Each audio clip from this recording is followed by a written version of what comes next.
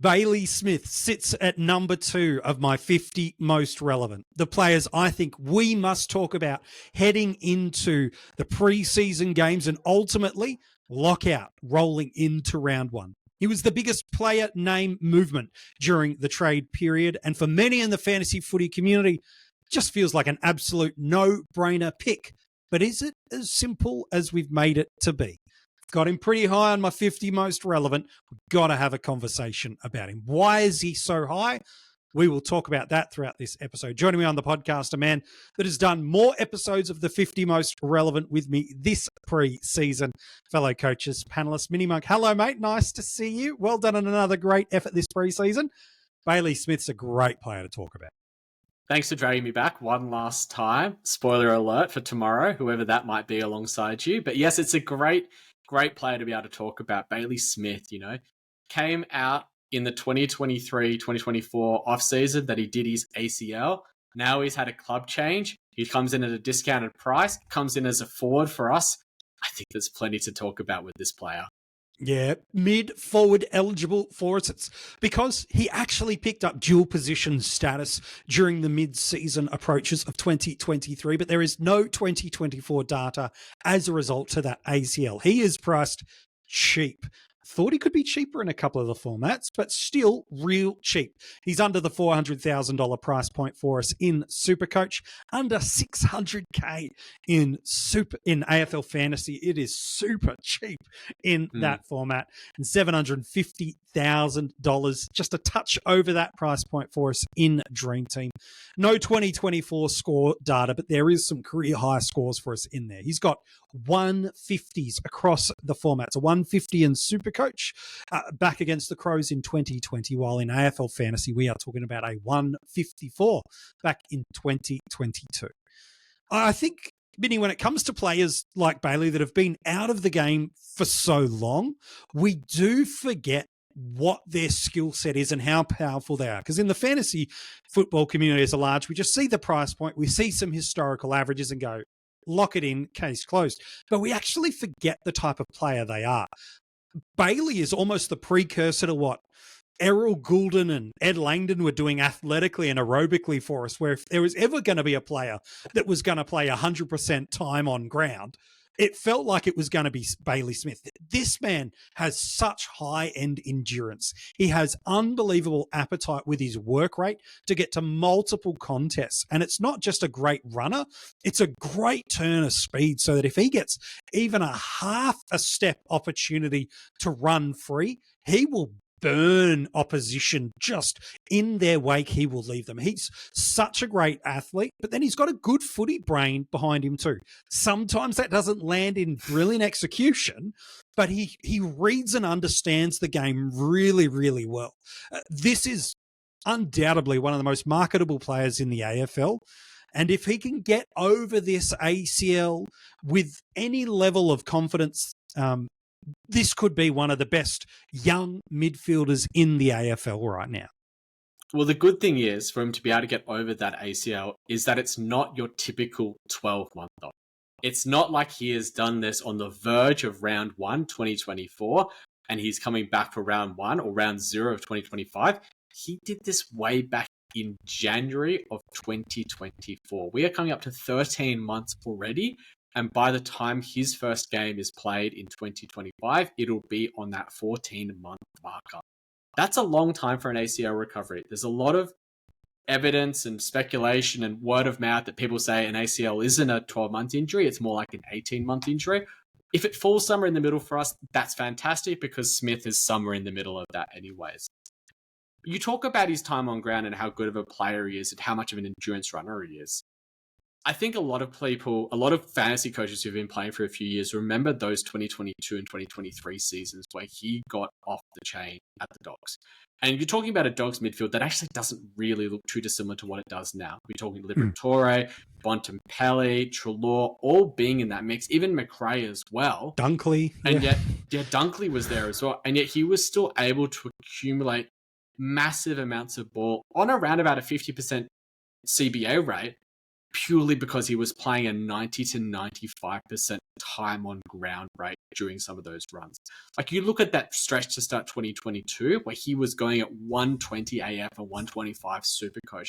Some absolutely ridiculous types of numbers as well. It was just ridiculous how long he was able to stay on the ground for. That's the type of player he is. You compare him to the likes of Errol Gould and Ed Langdon. I think you got a few other people in there that might have a similar sort of tank, like maybe a Jeremy Sharp at Fremantle, maybe a oh God, I can't even. There's not many at all that can actually play 95% time on ground week in, week out. So even if he's coming back at 85, 90% of what his running capacity is off that ACL, that's still in that 80% time on ground marker. That's still a lot of game time for him to be able to accumulate points. And the better part is he's not going into a midfield that's absolutely stacked, packed to the rafters. Geelong have recruited him for a reason. They have recruited him to be the player that can be in there 65, 70, 80% of the time with the fall away of Dangerfield due to his age and the lack of youth to come in to replace them.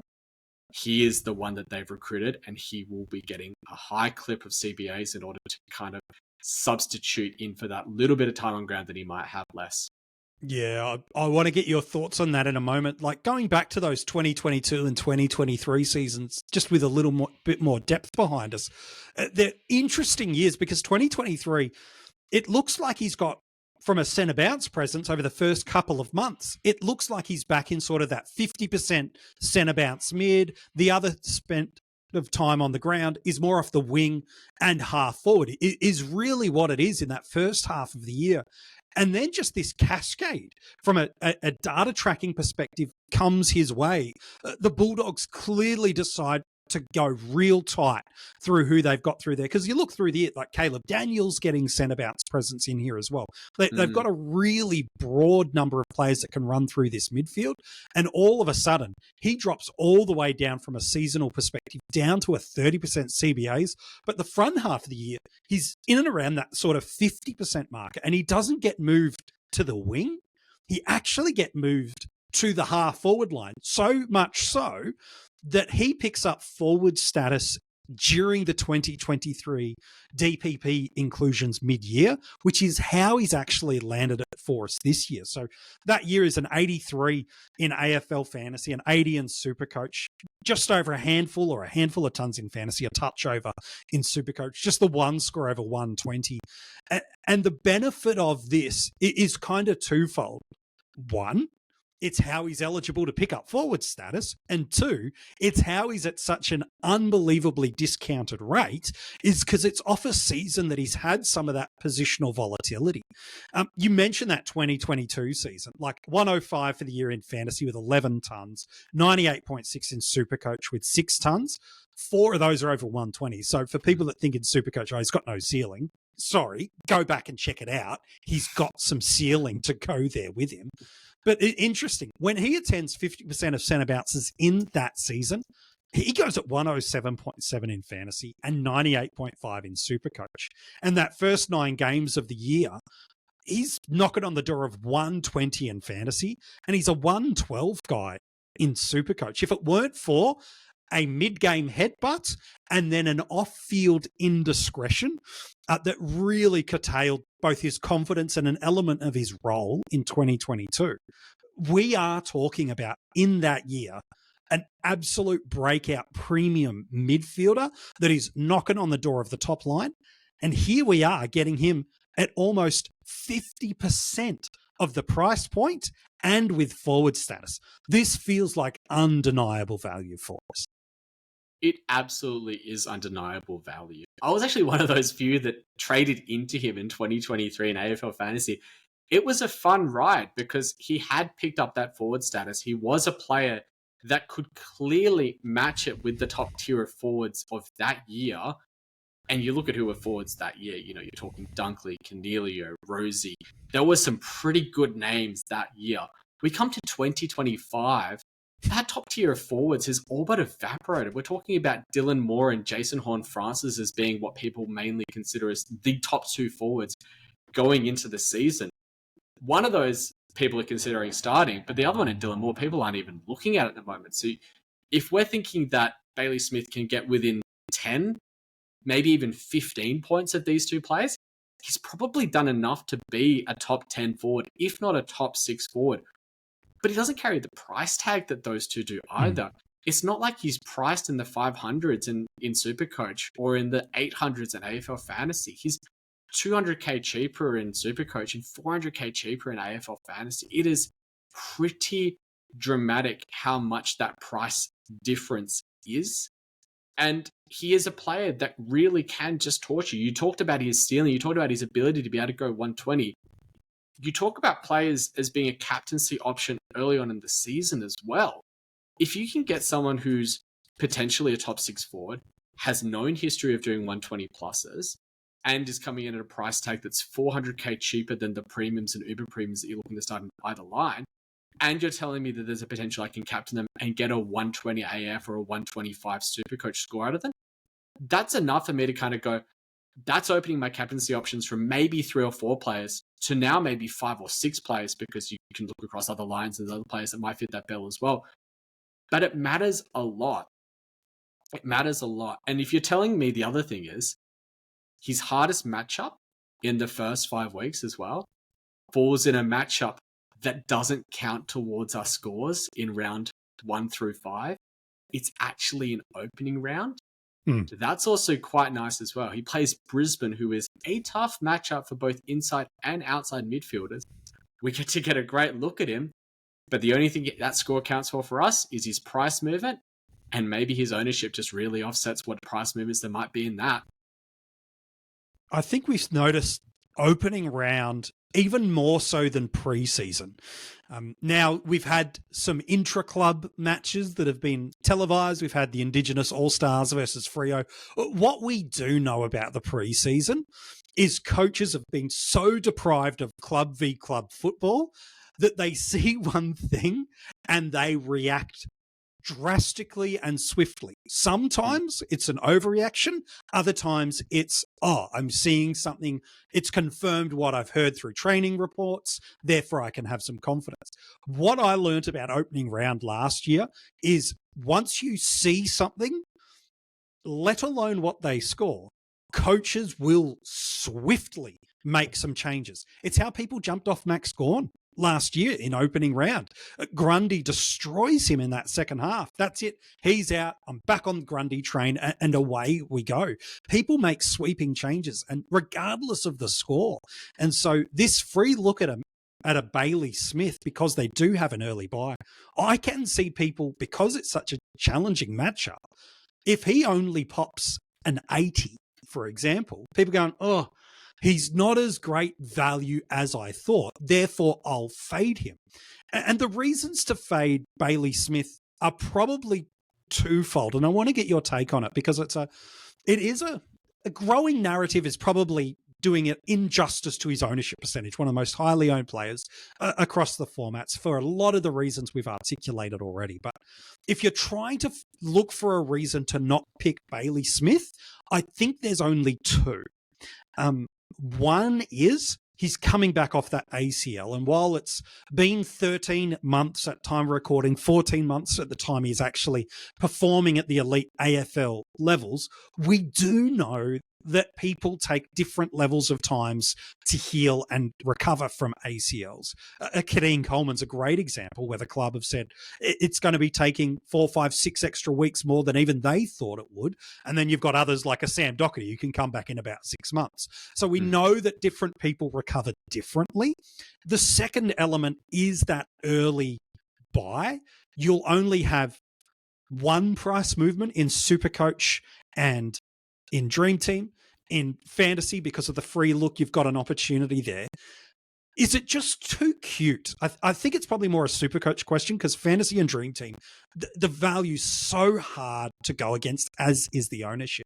But SuperCoach, because he's not always been the cleanest user, that, the early buy and the ACL become the reasonable stack to rule him out.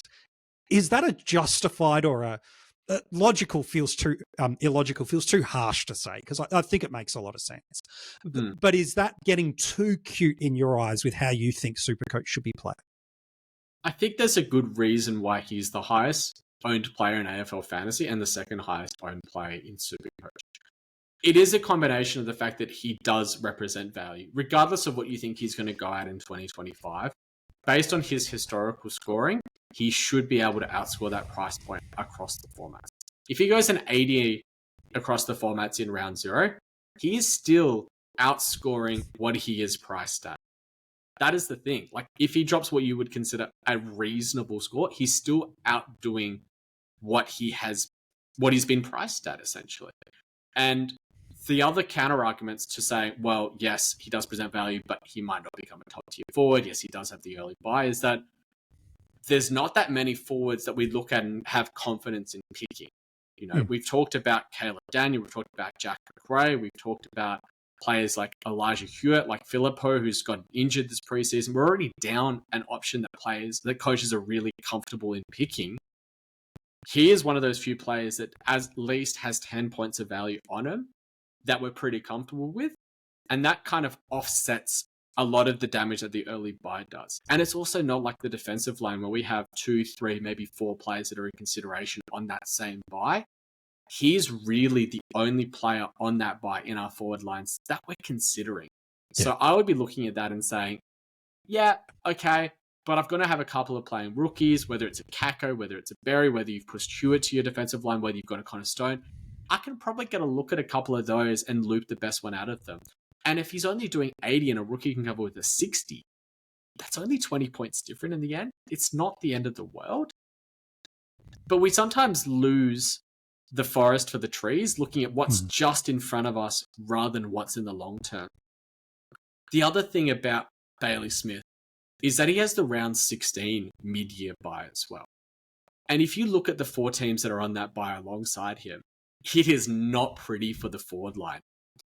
Brisbane, are you going to go out and pick Berry or Bailey? Probably not. Essendon, are you going to be picking someone like a Langford in your forward lines? You know, I don't think that I would be game to do that. And then the last team on there is GWS. Now, there is an argument that someone like a Brent Daniels, someone like a Toby Green would be close enough, but they're also more expensive than what Bailey Smith is in your starting team. And they don't have the ceiling over a run of games of 5, 6, 7 games that Bailey Smith has. I can see a world where he is the only premium in our forward lines on that buy.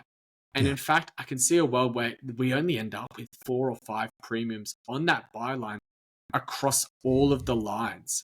You're telling me you can tuck one of those away for sub 400k in SuperCoach and sub, 700k in AFL Fantasy?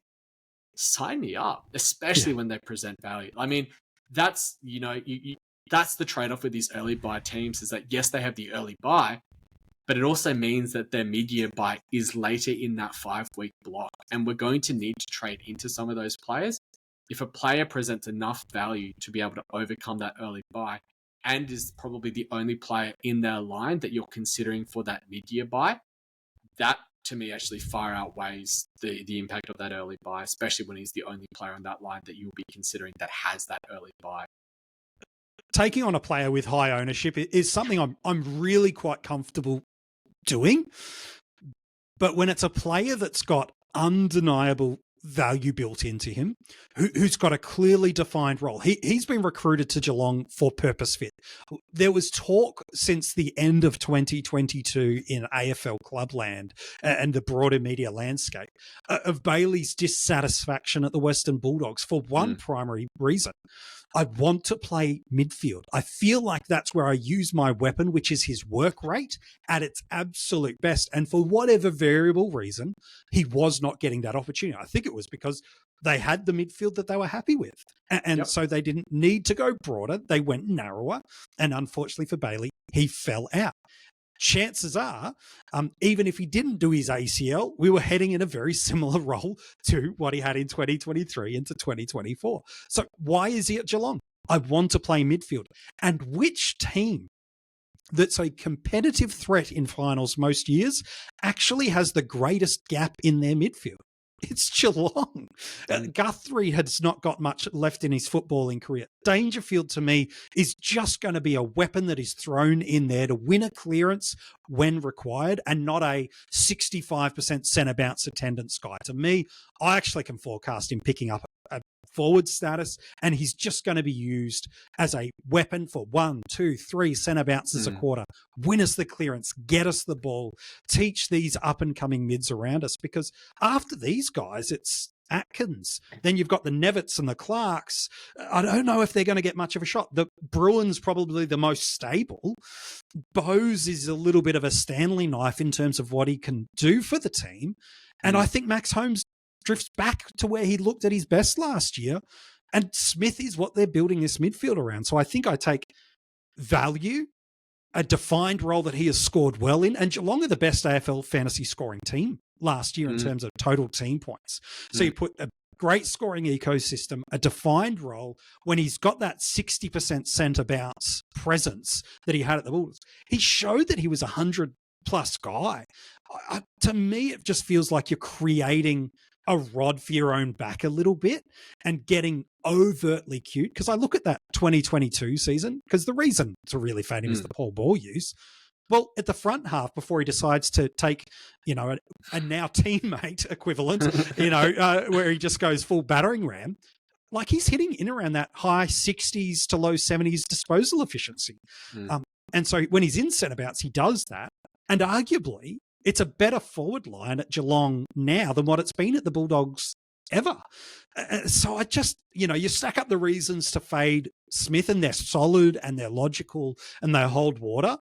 But to me, on the balance of weight of probabilities, to go against Bailey Smith, to me, just feels like on a forward line that I don't really like a lot of options, I'm discounting probably one of the best options just on a couple of threads that I'm really going to be on my own in doing. Very much so. You always draft for best available and you trade for need. And the really good clubs continue to do that again and again. And Geelong are another club that just shows they're doing it. The recruitment of Jeremy Cameron was the star piece that they needed to take them over the top. Someone like Bailey Smith fills the gap between Guthrie and Dangerfield having their names closer to retirement, and the new brigade that you talked about of Nevitt, of Clark, of Connor O'Sullivan coming through and being able to take them to that next level again and rejuvenate that midfield.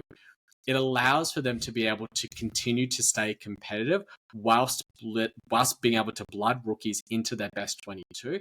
And it's just smart trading. Like, it is the piece that they actually need in order to stay competitive in the 2025 and probably the next 3 seasons. And you talk about that scoring ability of him in SuperCoach. In that start of that 2022 season, where he went absolutely off the chain for us, you said that he had a 60 to 70% disposal efficiency, and that was why his floor was pretty poor in SuperCoach. His lowest score in the first 10 rounds was 80. 8-0 in SuperCoach. You're talking about a forward priced under 400k in SuperCoach that has a floor of 80 and has a ceiling on that in that stretch of a 144, 139, and a 135. It's not bad. That's not bad. So if he goes at 65, 70% disposal efficiency and goes at 105 with a floor of 80, you're just laughing. Like, I think what coaches are probably looking for is they're saying, I'm penciling him in. I'm going to see what happens in round 0. He's probably going to stay there unless something really goes wrong in round 0. But what could really go wrong? Suddenly he gets 30% CBAs. Suddenly he gets injured. Suddenly he's parked at full forward. 2 of those 3 things are probably right out of the realms of happening. I don't see him being used anywhere but a CBA midfielder. If he pops a 75 AF and a 75 SuperCoach, I can guarantee you his ownership will probably still be above 50% in SuperCoach and in AFL Fantasy, purely because coaches are just going to be like, who am I going to? Where is my pivot option? Am I going to run an extra rookie on my field in the forward line when we're all worried about the scoring of the likes of Kako, like the scoring of the likes of Berry? I don't think it's going to happen. I think that people are just going to come to their senses and realize after round 0 and say, you know what? The Smith guy, he's all right at footy. He's got a reasonable enough role. If I'm wrong and I'm with the pack, so be it. But if I'm wrong and I'm against the pack and he starts going 95 to 100, it could be a very painful first 6 weeks of the season. Correctional trades are an important part of how we function at the start of the year, but correctional trades should be, in my opinion, used for the mistakes that you make, for the things that you didn't forecast well. To me, I'd put Bailey Smith and fading Bailey Smith not as something that you would forecast well against. So it's I missed the Riley Bonner, for example. I didn't think he would be that consistent and strong. I missed it. I'll jump on it. I'll go and get there. It shouldn't have been the Isaac Heaney, for example, of I saw it in opening round. And that's not how I like to advocate for a correctional trade. So for me with a Bailey Smith, even if he's stuck out on the wing, Geelong's the best fantasy scoring side. They control the ball a lot through kicks and through marks. They're not right at the top of the tree of the charts of either of those, but they are a high disposal team. They do control the ball well. And so even if, outside of injury or suspension in opening round, he's stuck on the wing, he gets you an 80. An 80 forward this year to start the year, he's still making your bank, and he's going to score okay for you on field and stay with the pack. So for me, and he's probably close enough to being a top 6 forward at 84. It may just be. So to me, the only other reason that I'd go, maybe not to start him is the fear that he's going to get managed. But this is where them playing opening round makes life so easy for you. He gets that bye after a couple of matches of footy. He gets some of that conditioning into his body. So to me, all the narrative of how I try to build compelling reasons to fade a player, Smith just feels like I'm deliberately forcing separation in a space that personally I don't think is where you should be looking for the separation. The rucks is a much better space to be able to do that. What you do at M1, 2 or 3 or even D1, these feel like the places that I would be creating and forcing separation. Baslenka to me is just not the one that I would be doing that. But on draft day, on the keeper platform, where he goes is super fascinating. Here at the coaches panel in 2025, we are drafting on the keeper platform. It has unrivaled customizations.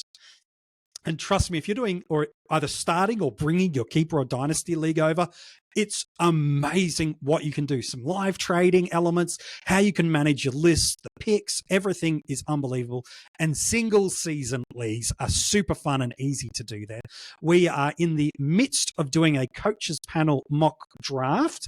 And it's interesting where he went on that draft day. We'll share the full findings of that later, but where do you see him going on draft day? Because I know league sizes and squads and all that will determine a fair chunk, but where do you see him going on draft day? I think there could be a little bit of variety about it.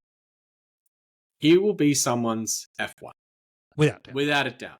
In fact, he'll probably be in the top 3 forwards taken off the board across the formats.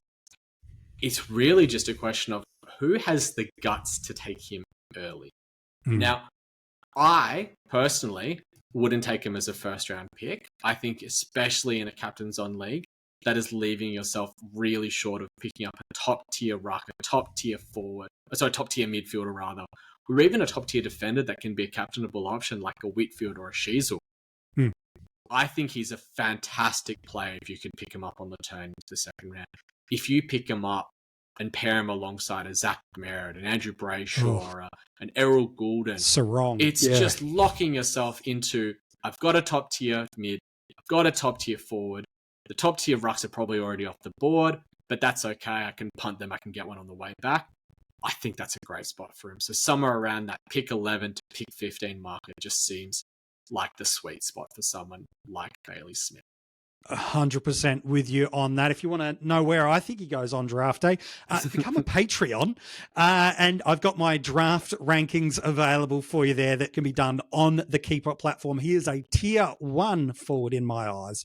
Whether or not he's the number 1, well, Patreons know the answer to that. Hey, mate, been an absolute pleasure chatting to you right throughout this series. We're going to be talking loads more over the next couple of weeks, heading into opening round and round 1. Thanks again, mate. And we will be talking to you very, very soon. Thank you very much. And a fantastic job that you've done through this 50 Most Relevant.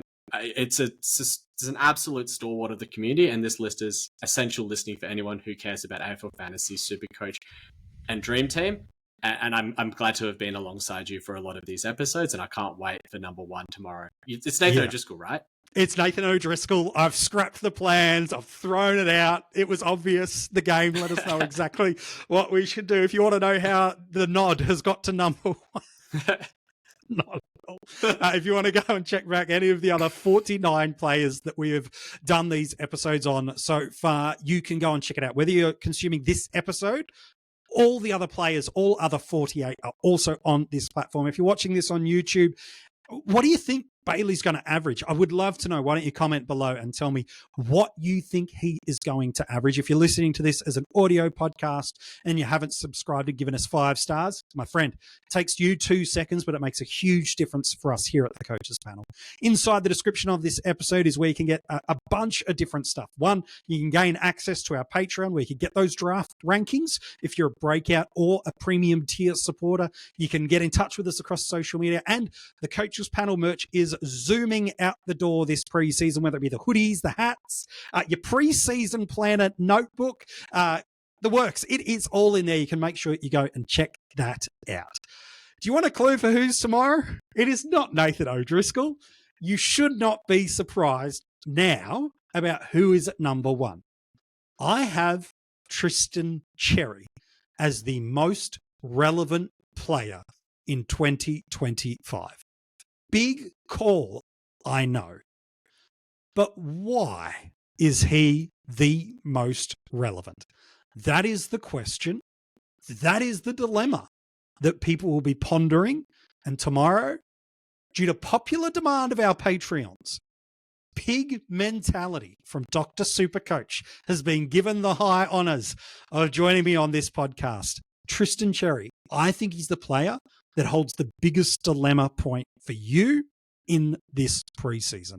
How did I get to this status of giving him the number 1 most relevant tag? You'll find out tomorrow.